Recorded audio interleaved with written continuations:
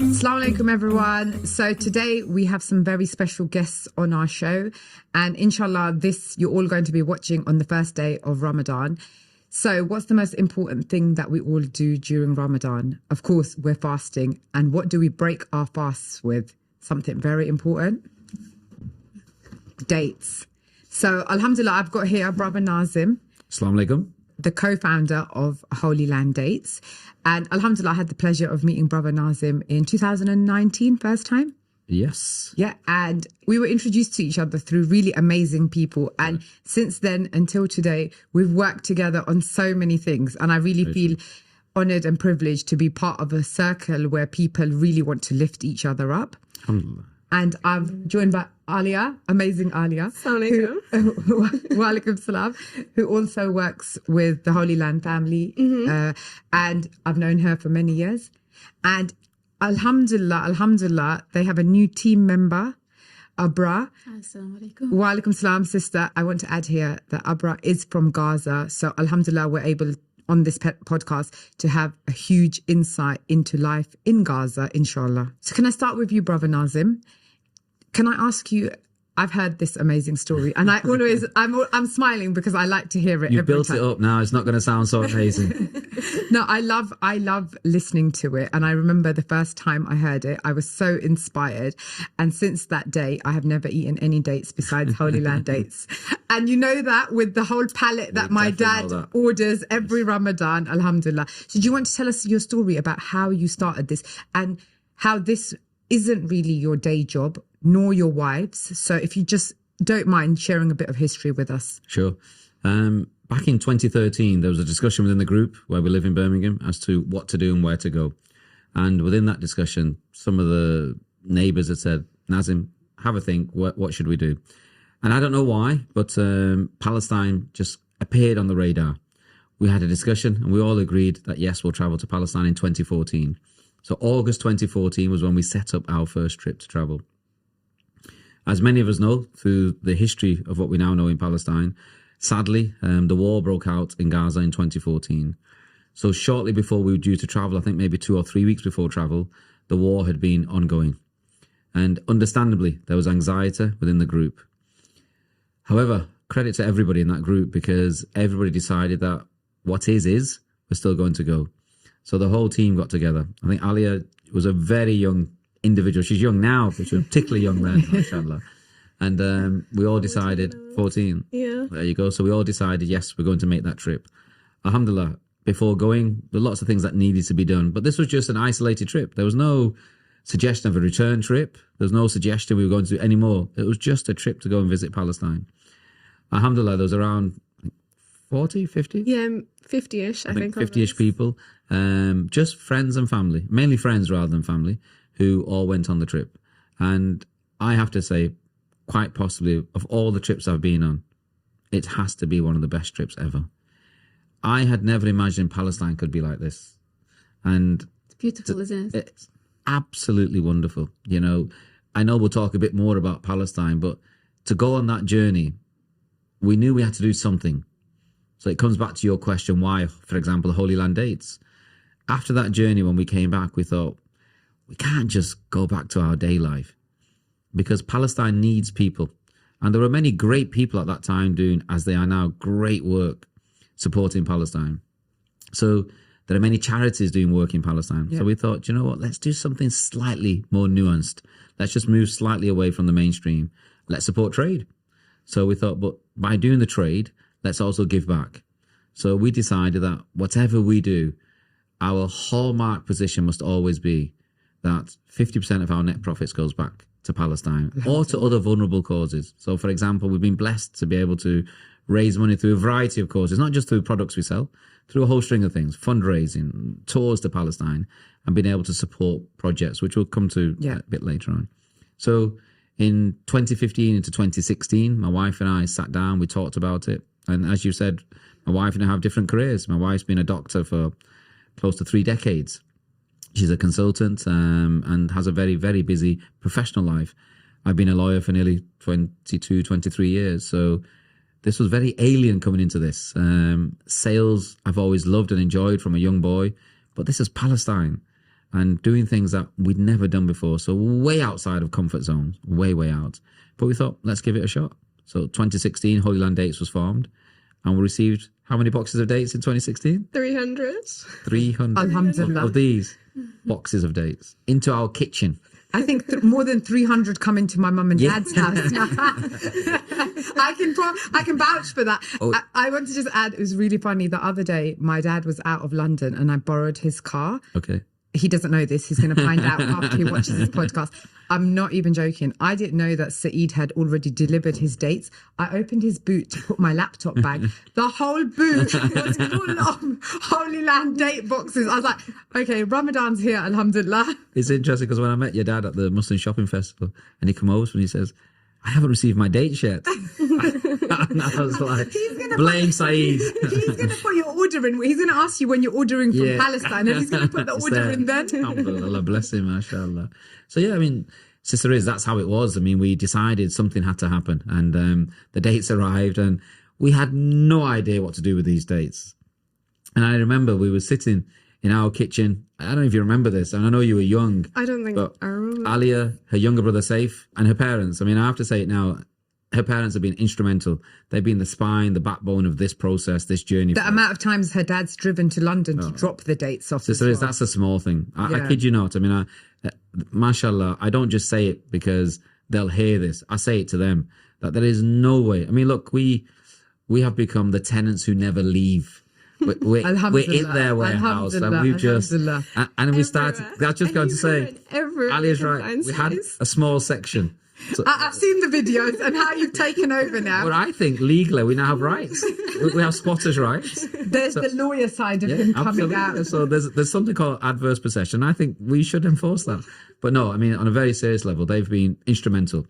There is no doubt that if they hadn't done the things for us, which they probably don't even remember from those very early days to now what they do, you know, they have, mashallah, a huge warehouse and we have just gradually tiptoed our way in all around that warehouse. And I speak to Alia's father, Ismail, and there's never a question. You know, mashallah, we have a very close relationship because we have a love of football, Manchester City, which I'm sure we'll talk about. We must talk about. Do you want the podcast to become controversial? That's not controversial. Manchester City, everyone loves Manchester City. Abra. We've been yesterday to the match. It was amazing. Manchester City versus Manchester United. You're trying to brainwash all your employees now, aren't you? I was supporting Man City since I was in Gaza. There you go. Okay. So everyone from Gaza is supporting Manchester Correct. City. Let's get this right. I mean, you know, my dad supported Liverpool, but for me, I was supporting Man City. I'm a Liverpool supporting family because you know what Gujaratis are like, isn't it? I don't know why they all feel this devotion to Liverpool. And then Emre Can was playing there, and my son, he has no interest in football, but he's like, my name's Emre, his name's Emre, we're supporting Liverpool too. It's a good connection. Yep. So we went, I mean, we're sidestepping slightly, but we went to watch Man City play Man United. Man City won 3-1, by the way. Like, you can't see his face after the first half. Yeah. I took my grandnephew with me. I call him my nephew. He calls me Nana, but you should call me uncle. Anyhow, he came with us. He's only 11 years old. And after we went down 1-0, and he looked at me and he said, "Are you okay?" And I was like, "This is not a time to talk to me." And I saw Abra look across. I thought, I don't talk. I want to ask one question to Alia here, because I know that, alhamdulillah, her family print the calendars for all the football teams. Yes. So how does your dad feel when he's printing the calendars for other football teams? Business is business. Insofar as Alia's dad is concerned, he's also a die-hard Man City supporter. Is that how you connected? Yeah, because we connected through the children in school. So Alia's youngest brother, Saif, and my eldest son, Ismail, went to the same school. And they were in the same class. And one particular day, Ismail came home and said he's met this friend. And his words when he was age 4 or 5 was, "Mum, Dad, I don't know what he is, but his name's Saif." It didn't mean anything to us at that time. And in them days, Alia and her brother used to be collected by a friend of the family. And so we just naturally assumed that was their father. It actually wasn't. It was just a friend of the family. And then we got to know Ismail, Saif's dad, Alia's dad, and then we found out that they're diehard Man City supporters. You didn't find out that they were Indian. You find out they were diehard. Nothing else mattered. Nothing else mattered at that stage. It was the love. Well, I thought that you were going to say, Ismail said, I don't know what they are. And then it was like... The love of football. And that was it. And mashallah, since then, we developed a friendship, which has been phenomenal. We've had our testing times, as every friendship does, but wonderful. We travel together overseas a lot. Not just Palestine, but for the love of football. So yeah, it's been great. So it brings me back to the point that that's where we're housed, that's where we're based. We're in Alia's family's warehouse, and we've been there almost since inception. So moving away from the very first days of working in our house, we landed in the warehouse around 6 years. Yeah, I'd say 2018, 2019. Yeah. So a few years before COVID. Alhamdulillah. Alhamdulillah, they've been great to us. So, there's no doubt about it. But they always say, Alhamdulillah, when you have the right intentions, Allah will always make a pathway. So, Alhamdulillah. And Sister Riz, always to keep in mind that in them days, we were a very, very, very small outfit, knowing not what to do. And having people like Ismail, his wife Dilu, able to support us from many levels. Just sometimes just saying, what are you doing? Yeah. That's not the way you should do it. You need reality sometimes just to understand. And they're business people as well. Yeah, that's what I'm saying. So you get that knowledge free of charge. Yeah. So they're lovely words, free of charge. Alhamdulillah. It binds us. So yeah, no, it was great. So that's Holy Land Dates, and we started in 2016. So I got a question there. So Brother Nazim, obviously you went to Jerusalem. Yeah. You went it was holiday purpose only. Yeah. So how did you go about meeting Palestinian farmers? How did that process, if you can just give us a little brief into that. I mean, that came a bit later down the line. So when my wife and I came back, and we thought we had to do something, and there's that need of wanting to help Palestinians. Everybody says that. Everybody who's been there. You have to go. Honestly, look, I know Abra sitting here. If you just go there for the first time, you will love it, and you will go again. That is every single person who I've met who's had, alhamdulillah, the privilege of going, Absolutely. says exactly the same thing, and they will do anything to go back over and over again. It's the love that you receive from the locals. The only thing that they'll say to you is, come again. Just keep coming. Just keep coming. Even at the moment, that's all you hear them saying. It's the same thing. Come to Al-Aqsa in Ramadan. Come, as foreigners, we can go. So that's all you hear them say. And they want you to, because they feel as though you show an interest in them. One of the biggest things within the hospitality of the Palestinian people is food. Yeah. And my goodness, do they feed you? You go to Palestinian people's houses or to the restaurants. It's not a small meal for one. Yeah. It's a meal for one, which is like this. My goodness, mashallah. They honestly, Sister Riz, I kid you not. I mean, I want to just give one small point about the business startup, and then just go into this hospitality. Yeah. I'll just give you a perspective. So when we started, I think I gave my wife a solemn promise that it won't take over our lives. We'll just do it for a short period. Sounds like a scout leader. And now, nearly 10 years on, I think you should ask my wife that question, because this has taken over our lives. I know. I've seen it. I've actually, just knowing you from since 2019, we met the year before COVID. Yes.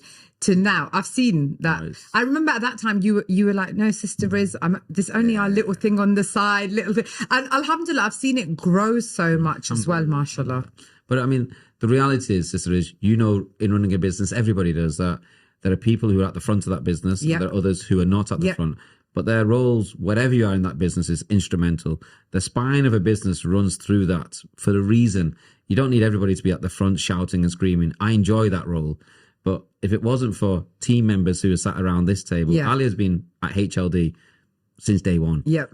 So she knows the pain, the suffering, and sitting on floors and putting labels on boxes. Poor Ali is the one who if you're not getting back to me, then Ali is the one who's getting the voice notes from me. I'm like, Alia, what are we doing? What are we doing? And that's what happens. To help me out. Send me that email.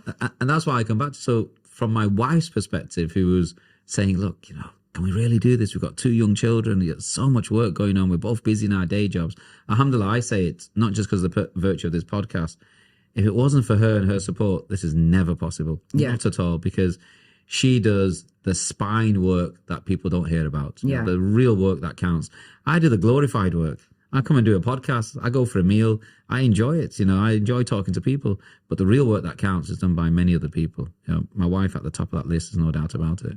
Alhamdulillah. And yeah, alhamdulillah, it's wonderful. And it brings us to where we are. So when I talk about the hospitality of the Palestinians, I don't know if Ali will remember, but in 2014, it happens from time to time in Palestine that there's checkpoints are closed. Yeah. So a particular checkpoint had been closed on our way back from the West Bank.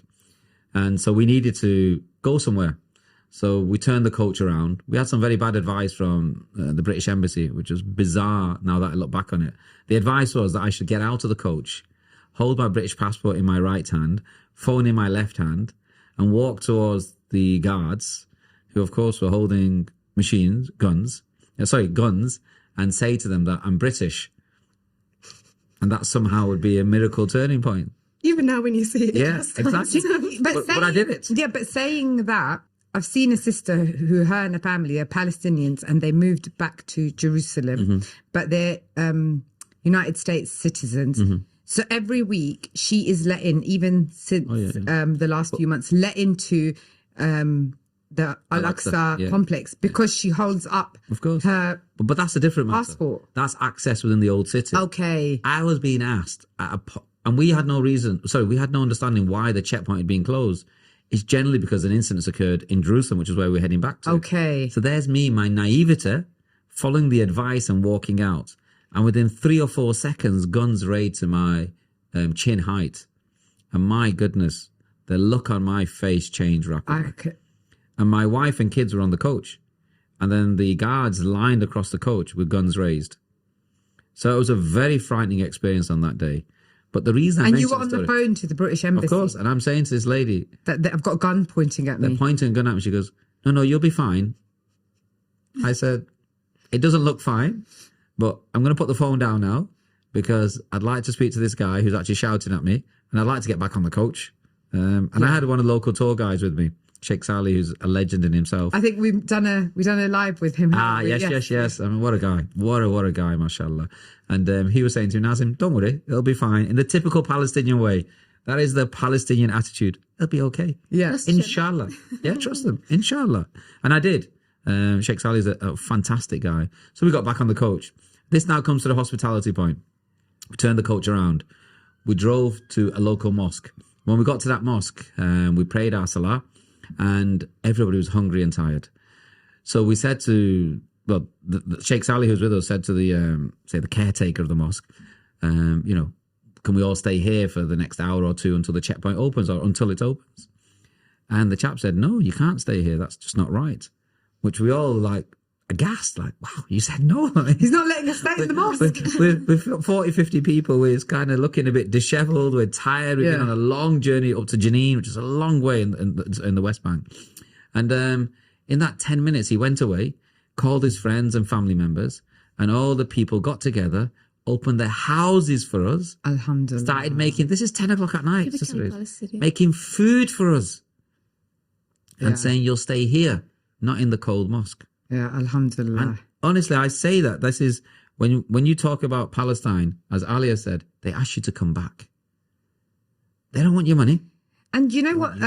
A lot of places where you come from, where you go, even in our back home in our own countries, they would be suspicious of a group of 50 people. They wouldn't let them anywhere near their houses. Sister is, would we? Look, I would. We would be apprehensive too. I've raised this to my wife several times. If 50 people turned up at the local mosque in Birmingham and said that they can't go to where they're going, can we stay with you? We would all be raising our eyebrows and thinking, okay, there's something suspicious here. What's going on? And I don't think we have that level of hospitality because we'd be thinking, what we're going to feed them, how we're going to feed them, where they're going to sleep, what they're going to do. Who are the they? Bathrooms, everything that comes into play because that's human nature. You become accustomed to it here. But this was hospitality. I mean, as it happened, they then sent somebody to the checkpoint on his motorbike to sit at the checkpoint to see when it opened, to call us so we could then leave. So for us, we had minimal interaction with anybody beyond the hospitality. So we didn't have to go to the checkpoint and wait for hours. We didn't have to worry about food or anything. Alhamdulillah, as it happened, the checkpoint opened. So we then didn't have to go to the houses for dinner. But look at that hospitality. So this is what I describe, mashallah, the food and everything that we were about to receive, we know would have been huge and freshly made. Yeah. That's that hospitality. You know, this is what drives us. So when we talk about Holy Land Dates is a small part of this. The real key thing is visiting Palestine. And I want to touch on, everyone talks a lot about Palestinian dates. I've obviously watched all your amazing videos of, you know, when you go there, when it's harvest time, etc. Do you want to just give a short snippet of how you work with the Palestinian farmers, how the farming, and I know you always tell me this, that harvest season is, is it June or No, September to October. September August to October. yeah. So you have to make sure from like you're working hard like all year round, even though we are eating these delicious dates. Well, not in Ramadan, because as you know, they stay in our house all year round and we eat them. But do you want to just give us a little snippet of how, what is your like experience working with Palestinian farmers, and how has it been? I mean, Sister is on the last part of that, you know, the dates when they come in here to the UK and then the farmers. I mean, Ali will tell you now that we are planning for 2025 almost a few weeks after Ramadan ends. Yeah. You know, that's how soon we start this process. And this was never the case a few years ago. But I suppose it demonstrates how busy we've become and that this whole process requires better management. Yeah. Which is why Ali Abrar coming on board and the other people we have back in Birmingham makes a huge difference. Working with Palestinian farmers, I mean, working with Palestinians. Abrar, what's he saying about Palestinians? What is he saying? Look at the look. It's lovely. Alhamdulillah. But we are South Asian, so. But there's a difference. Oh, there's a difference. When you say inshallah in the Palestinian world, it means God willing, and then the ... That's the same with Turkish people. Okay. Well, you've got that experience. I've got that experience. I've not got that. Yeah. So when my wife says inshallah, it means it's happening. Yeah. When the Palestinians say it, it is going to happen. They truly leave it to Allah. Ameen. It's going to happen. You just don't know when. They are honest even in this thing. So I mean, Abra knows because we've been trying to source Palestinians that we want to help. So some of the questions and the processes we've been involved in to try and get products, which we'll talk about, it takes time. Now, I suppose, because of the ongoing massacre, but nonetheless, it does take time. So the farmers and the packing houses, again, I suppose there's a distinction to be drawn. There are a lot of farmers in Palestine, and then there are packing houses. The packing houses are the people we generally deal with. Okay. I know a lot of the farmers I deal with, but it does change from time to time. But the packing houses take care. Once the dates arrive with them, they clean them, they sort them into small, medium, large, jumbo, grade 1, grade 2, grade 3. So that's their job. And they then deal primarily with people like us who they're going to export to.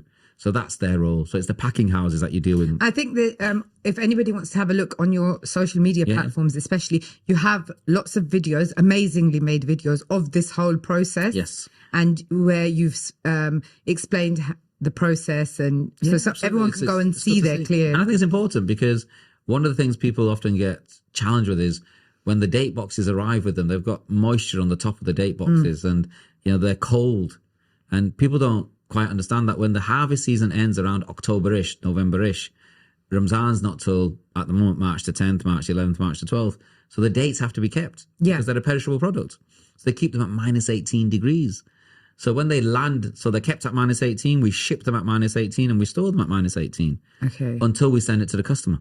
Yeah. It keeps that perfect position of the products in the way we want them. So when you get to taste them, that's the time and effort that goes into them. Yeah. And I think people forget, you know, Sister Is, as a business owner, people forget the hard work involved in bringing the product to the table. Yeah. You open it up, you eat it, or you put it on a table, you mount it, it looks nice. But the work involved behind the scenes, it's, look, little things. A few years ago, Ali will tell you that we had issues in COVID in getting covers printed. I remember that. Yeah. So we had to get the covers printed locally in England. Mm-hmm. So the dates came without the lid on top. Okay. We then had to place the lids and stickers onto every box of dates. Yeah. And we did that in about 2 or 3 week period. 2 weeks, I think it was. We brought in 30, 40 staff members just to help during the day and night. We had 3 working stations, I think, in Alia's dad's factory. And it was just I mean, it was a great atmosphere because then we get pizzas in and, we love a late night shift where you get a pizza in, yeah? It's a nice feeling and it gives camaraderie and people get to know each other. It is really nice, but it's hard work. Yeah. But again, it's just to demonstrate that when COVID hit, we had to do certain things because we just couldn't source the material. And alhamdulillah, it was like, I feel that COVID hit, but after that, alhamdulillah, Holy Land Dates blew up, didn't it? It was really great. Been a good journey, mashallah. And in fact, COVID was great. COVID was great for what we had to do because COVID meant that a lot of our customers cancelled. So the shops we were buying from was all cancelled. Yeah. Because people weren't buying in the same way.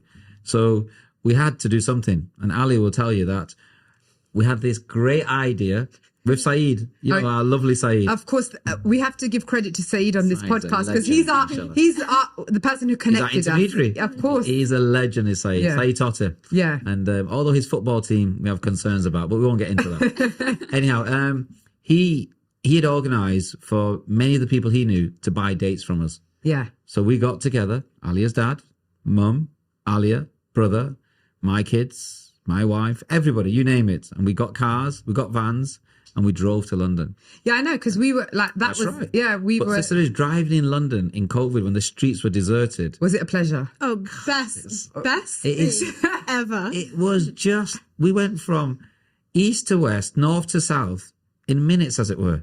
Just driving through. No traffic, other than traffic lights. There was nothing stopping you. Yeah. It was lovely in terms of being able to deliver. Because I remember when Saeed, he sent that, he has a big broadcast That's right, thing, and he always send like, okay, I'm getting Palestinian Majul dates. I was like, okay, yes, okay, we're covered. Oh, he was fantastic. So alhamdulillah, we always get our Holy Land dates through Saeed. Even since then, even though alhamdulillah, we have such a good relationship, but we've always supported Saeed. The way it should be. Yeah. So do you want to share with the listeners where they could buy Holy Land dates from? Like, who do you supply?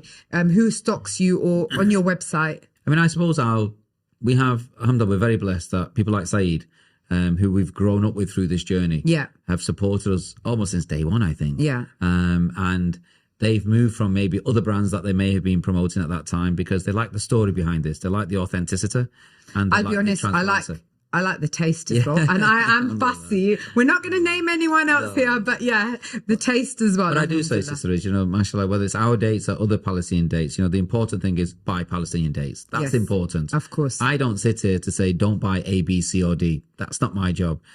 My job is I want to support Palestinian trade. Of course. And the way to support it for me is through Palestinian products. So Saeed has been one of them who's been immensely supportive, and many others in that same process and chain. And although we don't supply a huge number of businesses. London, I see your boxes everywhere. Yeah, I mean, we supply a fantastic brother at the market. Is it Spitalfields? Yeah. Yeah. At the market here, he's been really helpful and Smashla is hugely supportive of us, and other market traders like that who support us around the country. But I suppose our biggest presence has been online, where we've really grown our online presence. I mean, alhamdulillah. We moved from a particular courier a couple of years ago. We all had those issues, didn't we? COVID really tested us for that as well. Yeah. But I think our numbers have grown so much. Yes. I mean, I was packing orders in my lounge at home. But, mere 20 orders, it was fine. But now, no way, I could never do it at home. I've walked in to, even in the early days when we were becoming lodgers at Alia's warehouse. Now you've got tenancy rights. Now we've got tenancy rights. Yeah. I think we've got ownership rights. But, okay. We could talk about that later. But even in them days, Alia would be sat there putting labels onto parcels, and it was a very labour-intensive process because we didn't know. So I think it was yourself who put us in touch with our present distribution company about 2 years ago. Yeah, because I was saying, because we both had a similar experience. I was like, guys, this looks painstakingly, it was. heartbreaking to look at this. And through that, you introduced us to DPD, who we're with now, who have been fantastic. It's almost a seamless transition. Yes, it's a little bit expensive. It's next day, it's tracked, and it does the job. It does what it says on the tin in a nice way. Alhamdulillah, we both cater to the Muslim market. Yes, of course. One thing about having this next day is us Muslims are very last minute. Yes. So the amount of people we're getting right now is like, when are we going to get it? When are we going to get it? And then we're like, fantastic. We've got DPD. We're going to get it to you next day. And it's great. And it really does make a difference because it takes the pressure off the team. Yeah. Because a big part of what Alia was doing, say, 18 months ago, was chasing up with the other company. Where's the goods? Why they're not here? Tracking links weren't going out. You know, it was a real painstaking, labour-intensive exercise. And then you get the emails, isn't it? That, where's my date? How am I going to break my fast? You imagine the sort of burden you would have had knowing that people didn't get their dates for their fasts, Alia. Well, that's what I joined them recently. Yeah, I think having a Palestinian in the team, she needs to just reply to all of them emails saying, "Inshallah, you will have them by Ramadan." ... And not which Ramadan. No, and I am from Palestine, and I will make sure your Palestinian dates get to you. Absolutely. Yeah. To be honest, it's those little things that make a big difference. And when we moved across, and then with new systems set up and the integration and the website, I mean, when I think back, alhamdulillah, our very first website in 2016 was made by a young Palestinian brother who works for the date suppliers, and he put together a website, and I thought it was the best thing ever. And it was, you know, at that time, and credit where it's due, it did the job. But now when you look at it and where you need to be, and you know, Alia and these guys have this knowledge, and you know, it makes my job much easier because they will say to me, "Uncle, this doesn't work at all." Yeah. And that's the other thing, you know, these guys, mashallah, you know, because I know that, Brother Nazim, you don't even go on social media. So No, he is. He's on social media now. Hold on. Sister Liz, did you not see? I saw your debut. I saw Thank you. No, I saw your debut. But when we first met and you were like, "No, I never check social media. I never do." I was like, "What do you mean you don't check social media?" Yeah, because you're the social media buzz. Mashallah. Alhamdulillah. Believe it or not, before I started Eidparty, I didn't even have a personal social media account. I remember you telling me that, which I find hard to believe. Shocking. And very difficult. I did not know what an influencer was until 2017 when I opened an Eidparty one, and my sister said to me, I still remember, she's like, "You need to send your products to influencers." And I was looking at her thinking, what's an influencer? But yeah. And that's kind of what these guys were saying to me, because obviously, although we got introduced, mashallah, your relationship has flourished with Alia, Al-Bakr, because they're kind of in your bracket. They know what they're talking about on this whole social media world.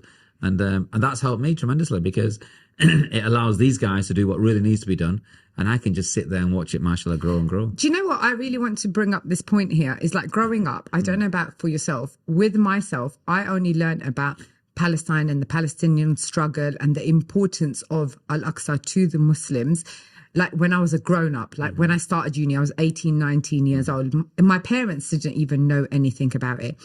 Even about in terms of like buying the right dates as Muslims, you know, supporting Palestinian farmers. We had no clue. We'd go into Tesco's and buy, you know, you'd get those like white trays and the cling film ones. With a stick in the middle. Yeah, and we wouldn't even know where those dates are from.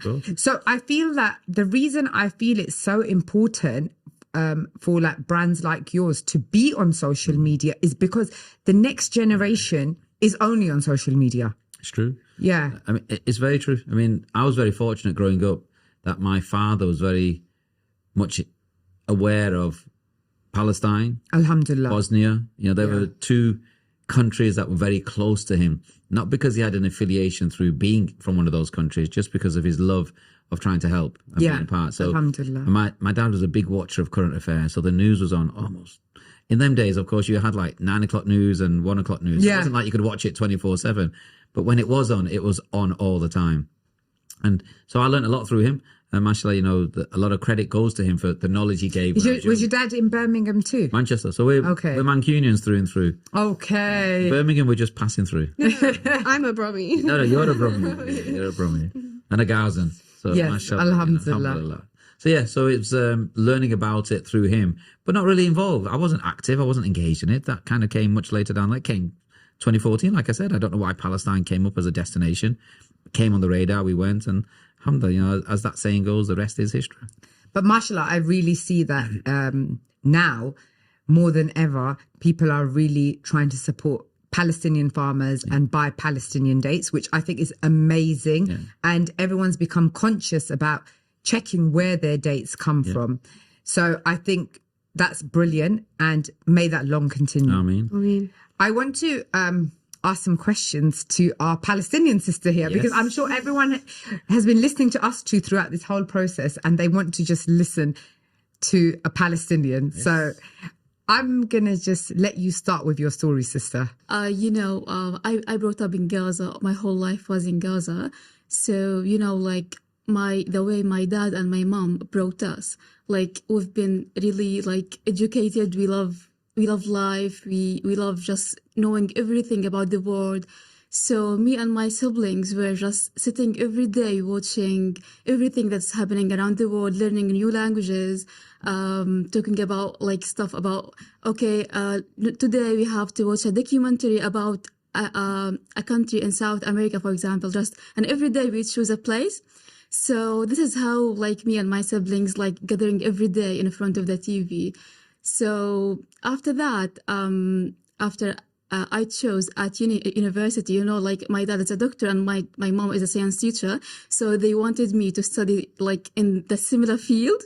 But at the same time, I feel like that I find myself in something different because I'm that kind of girl who love novels, love stories and love languages.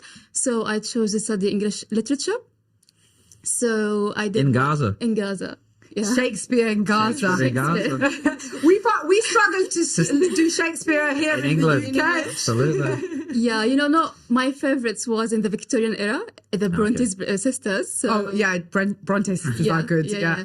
So like, it is not something shocking for you. Like many people in Gaza, like just like me, they love like knowing what's going on around the world, learning new things. We love life. Alhamdulillah. So I chose to study English literature in my undergrad at the Islamic University of Gaza, which was my favorite days because during my university days we used to make podcasts with people from the outside, like through video calls. And one day there were like a football freestyler from Man City, and that day I was supposed to ask him things related to the language and literature. I didn't talk anything about that, and I started to talk about football, and he was really shocked that day at like how a girl in Gaza like just know all of these things, because like not just documentaries. You used to watch really football matches each Sunday and Saturday with my dad and my siblings. So it was really good memories for me in Gaza. That's amazing, isn't it? Because in these last 10 years, we hear about Gaza and the destruction and the war and the conflict that takes place, but we don't hear this. Even the short time we've known you, you've told us some beautiful stories, but this is just lovely to hear. Yeah, 100. Normal people. No, but I'm just looking at your face and the happiness. Yeah, of just course, I can talking see. about your life in Gaza. It's, I would find that it's giving- difficult. and because unfortunately for us, we only give attention to Gaza when we feel that Gazans need us. Yeah. So, they're being bombed again here, inshallah, we're trying to do our part for you. And we're like, okay, trying to bring awareness, etc. But this just brings me so much joy. It hurts me, to be honest. Like people just like focus in Gaza, like when like things like that happen. But in the normal days, like people there are really smart and educated. We have lovely life. We have good food. Like my house was literally. Although, can we just say, she says she has lovely food. We haven't had any of this food yet. Oh, okay. Sister is nearly 2 months with us. Ali, have we had the food? No makluba. No makluba. They had musakhan. Oh yeah, we did. Oh yeah, we did. Actually, yeah. For the Muslim shopping festival, we had musakhan on the way down. Oh, beautiful okay. sandwiches. Really But you know what? You can't have Palestinian food and not have makluba. He's keeping me at work every day, and then he asked me for makluba. She's got a good point. She's like, Time out, yeah. Time out. No, you can't get that. So I chose to study English language and literature, and then I felt like, okay, now why not just completing my masters? But if I complete my masters in Gaza, like I wouldn't feel that I'm going to do something big, because the opportunities for work were not that big.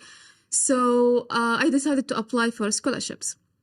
At that day, my mom wasn't happy with that, because for her, like a girl going out, and the journey getting out from Gaza is really hard.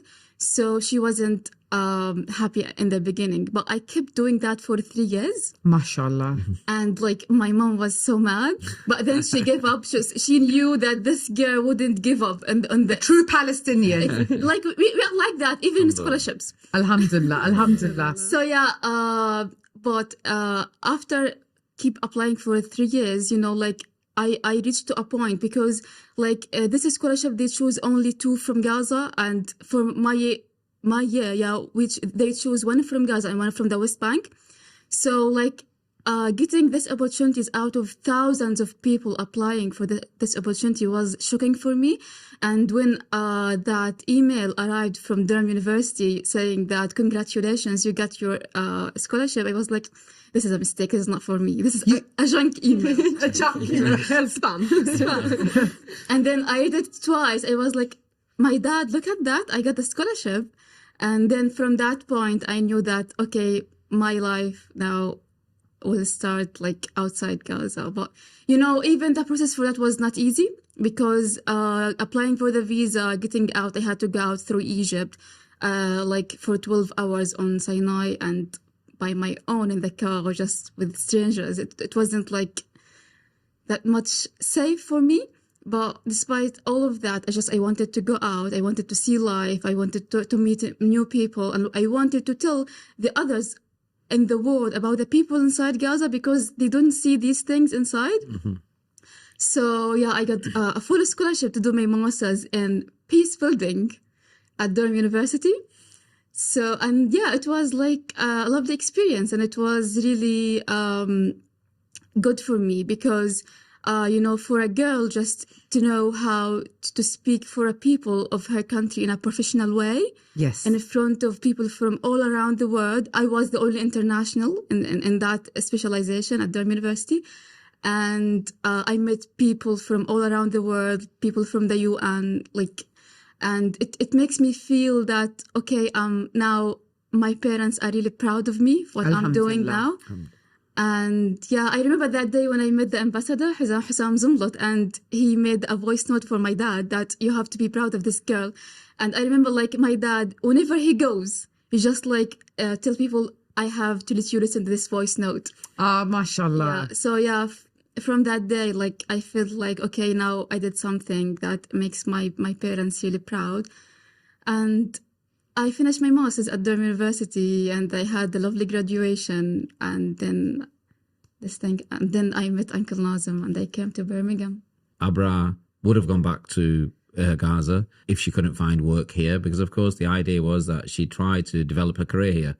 But then sadly, when the massacre broke out, it's become an impossible task. So now she's here. But alhamdulillah, you know, what maybe Gaza's lost in this scenario with Abra not being there is definitely our gain. There's no doubt about it. And it's Allah knows best. Allah, yes. We plan and Allah plans. And of course, how Abra came into our lives is a remarkable story as well. It's, I mean, Abra can explain. It's. Yeah, like if you told me before 3 years that I'm going to work at Holy Land Dates in Birmingham, that's Palestinian dates. I would tell you that you are crazy. No, that's impossible. She'll still tell you you're crazy. So yeah, I'm happy because now I'm seeing things from my country. Like this touches my heart, and like even the dates are really good quality. And like when don't sound so surprised. I'm not surprised. You're supposed to be saying good things about us. Yeah, I'm not surprised, but it makes me really happy when I see people like love Palestine and bring things from Palestine to here to the UK, and not just dates, many other products as well. So yeah, it makes me really proud of people of Palestine, of how they can do really. I want to ask you, as a Palestinian from Gaza who hasn't been in the UK for too long and couldn't go back because of the massacre starting, how have you felt in being around, alhamdulillah, people who support Palestinians hugely?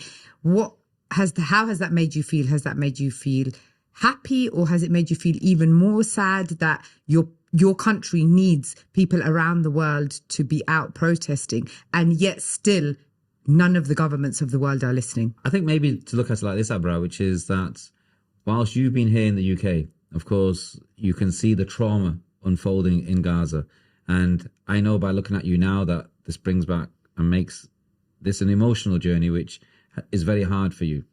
But when you see people here in the UK promoting Palestine and around the world, because you've been on the demonstrations with us, you've seen the support that people want to give, because people want people to live together. This is not about Muslims, Christians and Jewish people. This never has been. This is about humanity, people just living together. And so for you, when you're here and you see the support that people are trying to give to Palestine, how does that make you feel? To be honest, okay. Well, it makes me like feel a little bit relieved, because now I can see that people support the people of my country just for having the necessities of their life. They want to live peacefully, to have a normal life. Mm-hmm. But at the same time, because like I don't see that huge impact from these things, it makes me sad as well. Yeah. So like if we look now at, for example, the situation of my family, of how they are living now in a horrible situation, like no one can imagine that the condition that they are living in. I reach sometimes to the point I say, this is all useless. But at the same time, it makes me a little bit, okay, people still remembering us. So this makes me at the same time somehow relieved for a little bit. I think, Abra, for you is we see around the world the demonstrations, the support, buy Palestinian products, whatever it is that many people are trying to do.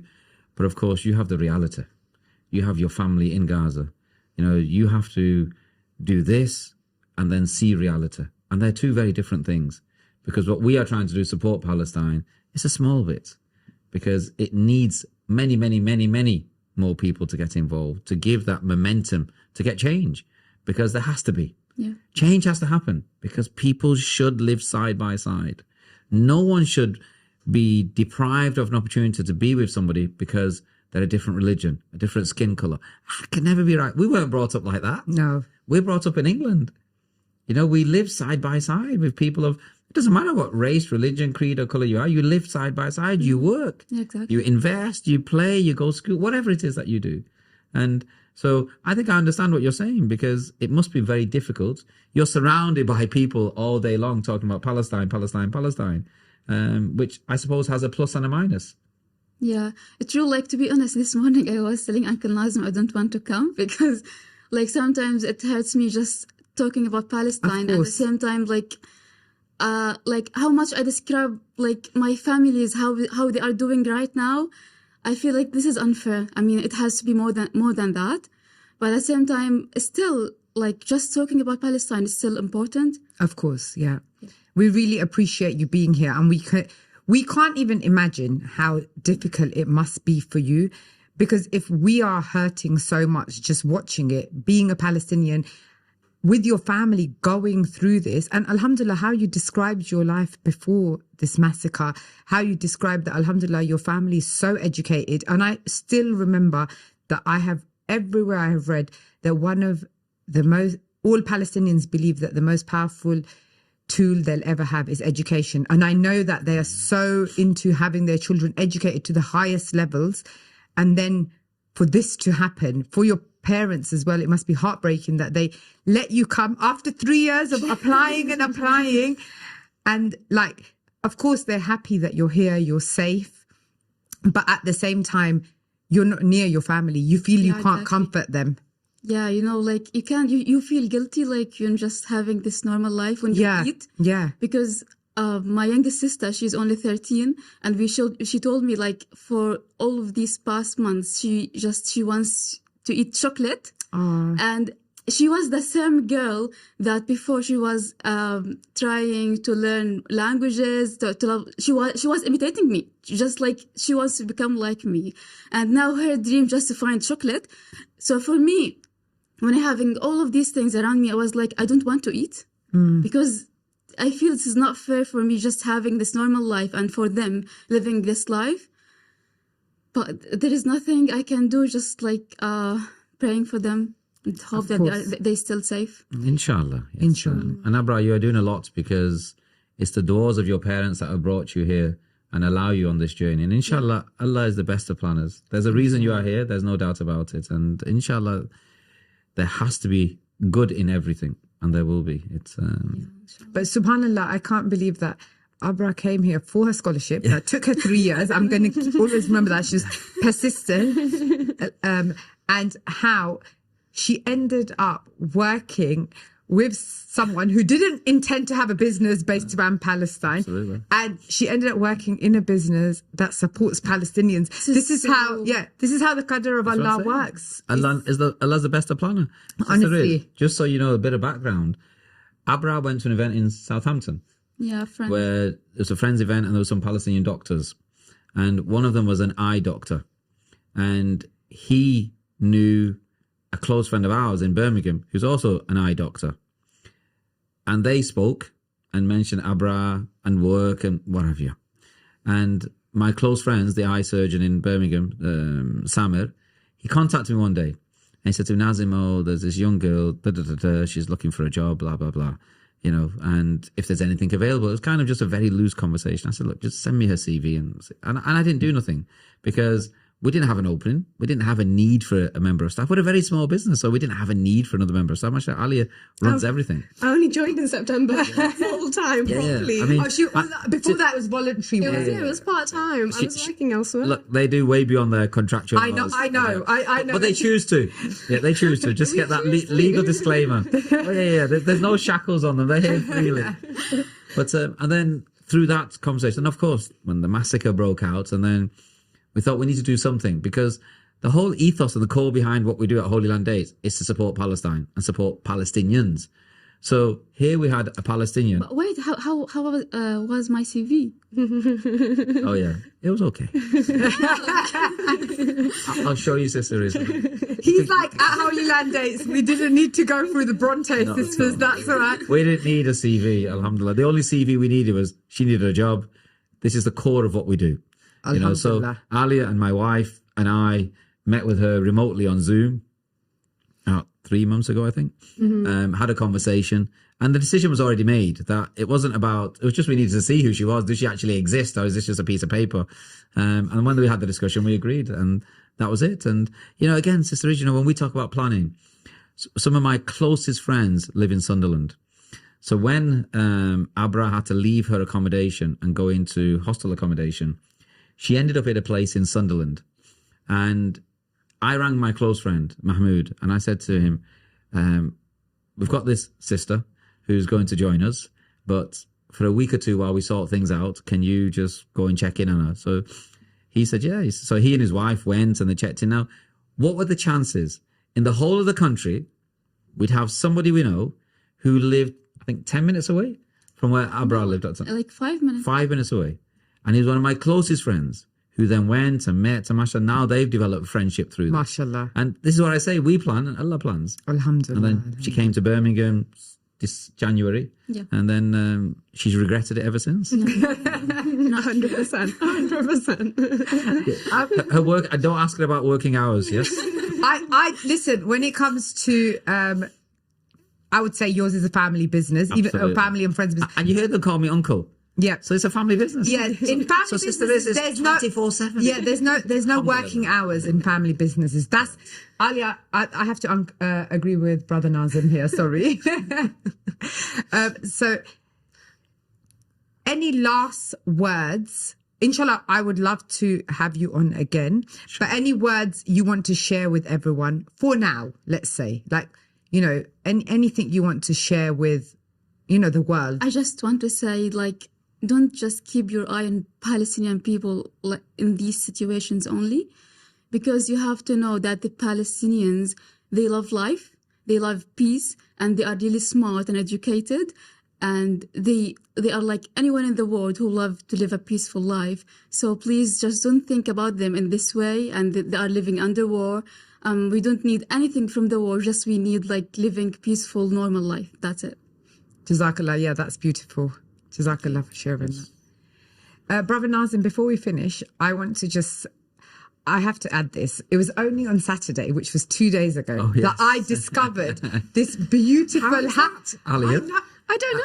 I'm looking across to Alia. Can I just add, how was I not sent this last year for my Eid gift? That's what I want to question Alia. I'm looking at Alia thinking, how? What have I done? That's just it. You didn't do it. I want to also add that Alhamdulillah, wearing a keffiyeh now has become a worldwide symbol of peace. Yes. and to show that you stand with people who are oppressed, or and that we all advocate for peace. So I know that your kafirs have been flying out. So when I saw in this gift box that there's a kafir too, I think for anyone this is gold dust. Yeah, And it's Hibawi original. oh, there we go, Alia, thank you for that. Hibawi original. So I want to also just share with all the listeners and anyone who's watching that, alhamdulillah, you've extended your product range from just dates to now all sorts of Palestinian products. And I can't get over how lovely this box is. Honestly, I've been going on about it since. I can't believe, because you mentioned on Saturday, it was the first time you saw it, which I just couldn't believe. No, but I even told Saeed, Yeah. I said to Saeed, why are you not advocating these boxes? But honestly, this is absolutely beautiful. Alia, do you want to just kind of quick go over what we've got here for anyone who's listening and not watching? We've got our kafir. Now the olive oil, I don't really know much about the olive oil. Extra virgin olive oil, Yeah. cold pressed Yeah. from Ramallah in the West Bank in Palestine. And then Zatar. See, I don't know much about all of these products except our soap bars are made by a women's cooperative who are widows. So they're the only Alhamdulillah. sole breadwinners of their family. So we started doing the soap bar to help them. And also, I mean, no offense, who does buy olive oil? So Yeah. it's just trying to help the local Palestinians where And alhamdulillah, I ever since I've known everyone at Holy Land Dates, the initiatives are great that you have, and the kind of support that you give to some like marginalized women of society, because a widow anywhere in the world is marginalized. Even here in the UK, it's difficult for a widow. So I can't imagine what it's like for a widow in Palestine. Very challenging. As life is challenging, but as you say, for widows, even more challenging, because of course, traditionally it's the men who go out and do the work. So yeah. But one thing I want to see, guys, is all of these beautiful products. I need to see on social media these lovely ladies making some recipes with them.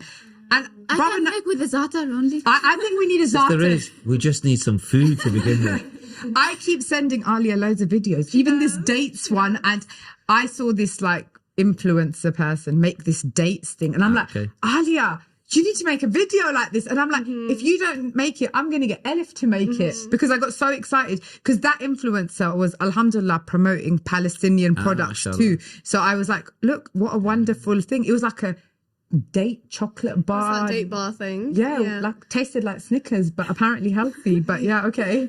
Well, we've just taken on a young lad who we've known for about 5 years, 6 years. Chef Yusuf, we call him.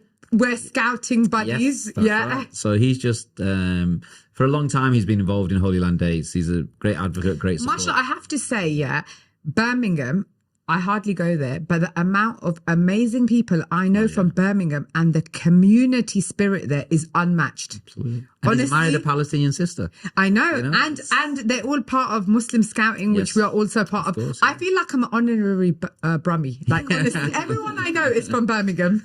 But I mean, he's now taken on that role. So inshallah, next week, I think we'll see the first video from him. He's going to go with the Abra, and he will put something together, food and, whatever they will do, inshallah. So hopefully showcasing how these products can be used in UK life. Yep. For people in their own kitchens. Because inshallah. dates, it's become a staple for us, hasn't it? It's not just a just Ramadan, Ramadan, product absolutely. anymore. I'm not joking. We're chopping them up, but chucking them in cereal, oats, all kinds of And things. sister, it's not a Muslim product. Yeah, I know. Growing up, I always thought only Muslims ate dates. Yeah. Ali will tell you the number of, mashallah, orders we get, A, outside of Ramadan. Yeah. And B, from non-Muslim names, certainly. I saw. And it's wonderful. I every supermarket nearly at Christmas time was covered in dates. Mm-hmm. Dates, yeah. It's the new avocados. Yes. Majul dates are the new avocados. It's a big push. I mean, But let's make sure, inshallah, that everyone's buying Palestinian dates. Inshallah. And coming back to your point about supporting communities and what we do, I mean, Abra will tell you just very recently that we've started with the mother of pearl frames. So Yeah, I saw these. They're beautiful. and mashallah. Abra has been speaking to Rashid. I mean, Abra will tell you, I mean, what's involved in the processes and why we do it. It's Yeah. Like this mother of pearl, like we just received them recently from Bethlehem. And Bethlehem is really famous in doing this kind of stuff for tourists and tourism. The process of making this stuff is not easy. It takes really long time. For example, for that one, it it took them 3 days, 24 hours each day just to make it. Wow. Because it takes a process, like, for example, just cutting the shells in small pieces, and then they lift them, and then they put them together, and they lift them to dry. So it takes long time to make them, and at the same time, they are really beautiful and lovely. So yeah, we just received them recently from Rashid, and I think he's so happy. So I'm going to advocate for you here and advocate for the Palestinian people that we are going into Ramadan. Of course, you know, we're going to be thinking about the Palestinian people and how we can support them, of course, by giving charity. But another huge way of supporting them is coming to buy from companies like yours, Holy Land Dates, who are not just thinking short term, you're thinking long term. And honestly, the first time we met, and that's what clicked with me and even with Saeed, that you think of long term sustainable change. Because we need to remember, and I really stress this, that we can't just give charity and forget. We need to think about how we can change people's lives. It's easy to give a couple of £1,000 and then think you're the most amazing person on the planet. But that's only going to get them through a few months, maybe a year. But how are you going to change their lives, the lives of their children? That's the most important thing. And I think it's so beautiful that at Holy Land, you have actually thought about this. And anyone who doesn't know your story, please go and follow them on social media. Send them a DM, which Alia is going to have to reply to. Absolutely. But honestly, and I know that Brother Nazim, mashallah, he's such a friendly person. And anyone who comes to him and asks him about Holy Land and about their journey, he's so transparent about it. And one thing I'm going to hold you to this on this podcast, everyone listening, this trip that we have planned to Jerusalem forever. It has to happen this year. It has to happen. So Brother Nazim also, alhamdulillah, organises tours to Palestine. And we've been talking about this joint trip. Forever. But to our defence, every time something has Of course. And it's happened, difficult to pull together. and it's But difficult to sister pull is, together. so while we're on this podcast, Yes, come on. let's get this commitment. Alia's going to put together a tour with Abra, Yep. which the plan is to go, inshallah, Inshallah. end of July, early August. Inshallah. So before GCSE and A-level results come out. So Yep. and it'll be That's fine for me because I'm committed to scouts at the end of August. So Perfect. So that will be the plan, inshallah. Inshallah. In the coming weeks and possibly after Ramadan, it'll be finalised. Inshallah. We'll then advertise it. But you have to give a commitment that you'll be on that tour. I promise I will be on that tour. And anyone who's listening, please DM, follow Holy Land to find out about this tour. And I think it's more important than ever for us to go to Palestine, inshallah. And eat the great food as well. Yes, absolutely. And Inshallah. honestly, coming on one of our tours, just meeting, I mean, I think going to Palestine as a tour group, those friends that you make, friends for life. Yeah. Yeah, and Is you it know, like a Hajj trip when everyone, I haven't had because the you have privilege to your go. Hajj friends, your Umrah friends, but you know, the beauty of this is when you go on a tour with us, and mashallah, there are many great providers. I mean, I'm not just singling us out, but when you go on a tour with us, because of what you said, we want to create a legacy. We want to build with the people in Palestine. So you go to Mr. Habawi, for example, you'll meet the olive oil producers. You'll go to the date farms. You'll go to meet Rashid, who does all the mother of pearl frames. You'll go to Nablus, where the soaps come from. You know, the whole idea is we take you on that journey. And at every aspect, you eat the lovely food. So I know that, Brother Nazim, alhamdulillah, with you, we were given, like, you know, Allah gave us the ability to get reward to raise a lot of money for Al Maqasid Hospital. And I'm going to be honest, I didn't even know about Al Maqasid Hospital until I met yourselves and, you know, the great work that you do there. And I know then afterwards, I even watched when you went there and things. Do you want to give us a little brief about this amazing, amazing work that you do with Al Maqasid Hospital in Jerusalem? I think it was around 4 years ago. We I started. thought Al Maqasid was recent. You know, so if you think. Because we did the fundraiser in 2001 together. Not 2001. Was it 2000? No, 2021. 2021. Yeah, Because sorry. we forget sometimes. 'Cause COVID was in 2020, 2021, and we started Al Maqasid just before that. Yeah. So it's nearly 5 years, 6 years. Yeah, it's about 2018, 19, I think we started it. So what did we do? We've helped. This is a big we. This is hundreds, if not thousands, of people on. Yeah, I this know, journey. because I have to come and visit Masjid Al Falah one day in Birmingham, which I feel I feel like I'm part. It's like an Eid party. An honorary member of yeah, Masjid Al it's Falah. Eid party, Holy Land dates, Masjid Al Falah, and I feel like there's That's the family. Yeah, that's the family. Alhamdulillah. And I was just going to talk about both. So Masjid Al Falah, again, coming back to Alia's parents, they introduced us to Masjid Al Falah around 6 years ago, 7 years ago. I mean, we've been going there for a long time, but introduced us as potential partners in a project. And I mean, I'm going to single out one person because he's been my point of contact at Masjid Al Falah since probably day dot. And that's Adil Parker. He has his, again, full-time job, and then he has another full-time role at Masjid Al Falah. And he has been instrumental in his support from day one.